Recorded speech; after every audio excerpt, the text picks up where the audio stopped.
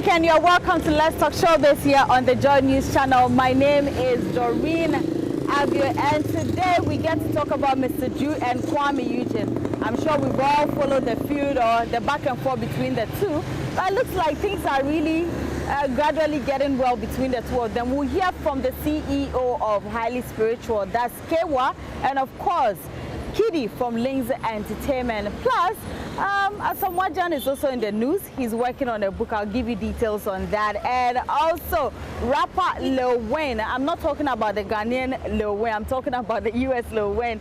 He also has a revelation. We'll bring all of that here on the show for you. My name is Doreen Avio, and the show is Let's Talk Showbiz.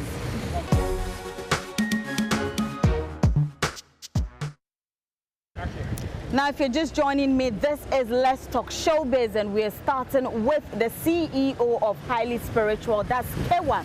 Now, if you realize, or if you've noticed or followed closely, then you realize that there was an issue between Mr. Ju and Kwame Eugene, and that was because there were reports that they were artists who steal people's songs. But it looks like Mr. Ju's comments didn't go down well with Kwame Eugene. He later gave a reply, and you know, it was all not really good until we saw Kwame Eugene perform at Mr. Ju's birthday party, making it look like everything was okay. Now, let me tell you something. Kewa, who happens to be the CEO and also manager of Mr. Ju, says that, listen, the two have sorted out their differences. They are cool. Everything is fine, and that it happens. But hey, they are brothers now, and that we should go all out to support them wherever they are and whatever they do. Well, I've heard Westlife. I mean, as a producer, I've been producing for next year with 24 years producing music, and I've heard a lot of things about me, you know. So once he's attached to me, when I heard these things, when I heard them for the very first time, I said, listen, these things will come and pass. Keep pushing, keep working. Listen, most top artists in Ghana will sample a beat one way or the other from maybe foreign artists, and it was not something we came to meet that. Okay, but I believe that the Ghanaian music or music in general is now, we are now taking it a bit serious. That's why all these things began to come up, because for me, in those days, it was a very usual thing to do.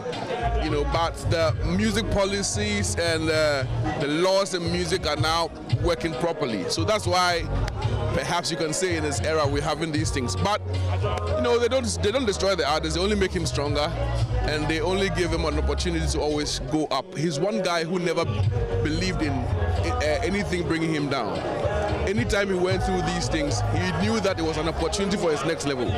And he's proven that. And he's shown that he's not one artist who wants to give up, but he pushes and gets himself there. You understand? Yes. And before I let you go, how do you feel about his whole back and forth with Kwame Eugene? I mean, that thing, sometimes we wonder, why is it like that? Because they are both labeled as something we all don't know why it is like that. How do you feel about their whole back and forth?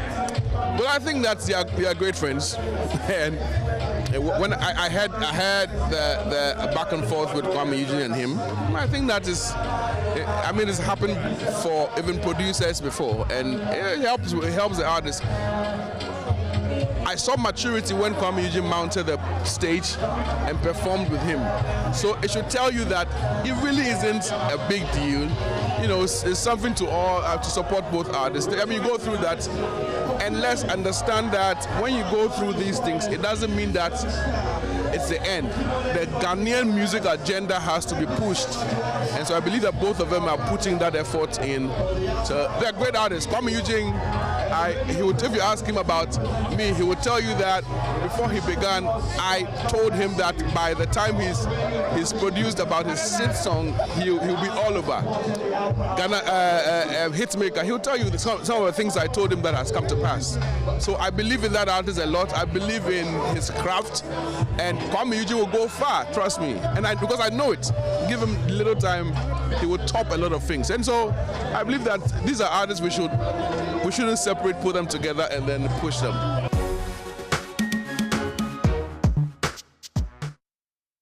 Now, to also confirm the news that Kwame Eugene and Mr. Ju are okay, of course, Links Entertainment signee, who happens to be Kiddy, who also has a song with Mr. Ju, says that if things were Not too cool between the two of them, he wouldn't be working with Mr. Ju. It's just to confirm it. Let's hear from Kitty as well.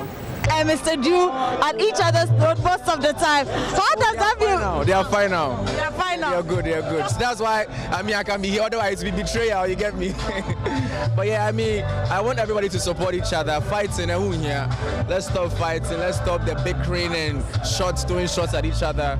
The industry is so small, we need to get somewhere together. Let's enjoy, as I said. So I'm happy that they've mended their, broken wings, and we're here to support my brother, Mr. Ju, yeah.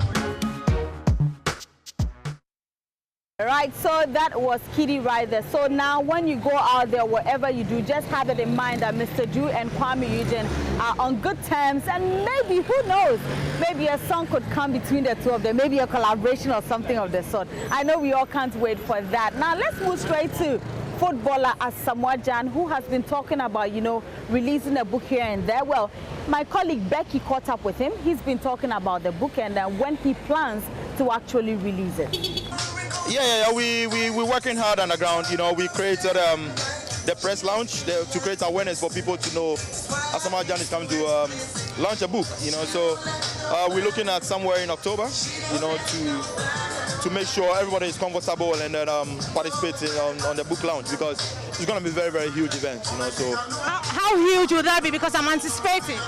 Yeah, definitely. Everybody's invited. It's going to be the book launch. Everybody is going to know. Right, so that was Asamoah Gyan. So we are all looking forward to the book. I bet he has so much to pour into that book, and we also have, or we are also going to wait to read and also learn one or two things from him.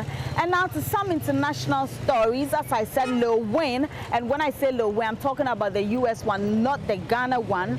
So he's actually revealed in an interview that at age 12, he almost committed suicide. Listen, the young man was just telling his story of how it all happened.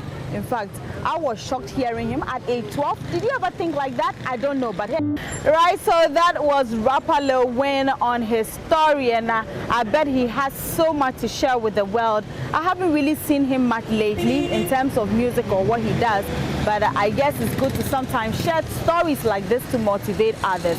Of course, he didn't kill himself, and we've really enjoyed good songs from him. This is where we wrap it all up on Let's Talk Showbiz today's edition. My name is Doreen Avio. A very big thank you to you, Ike, and of course, Sami on production. We are back here same time on the JoyNews channel. Until then, have a great evening.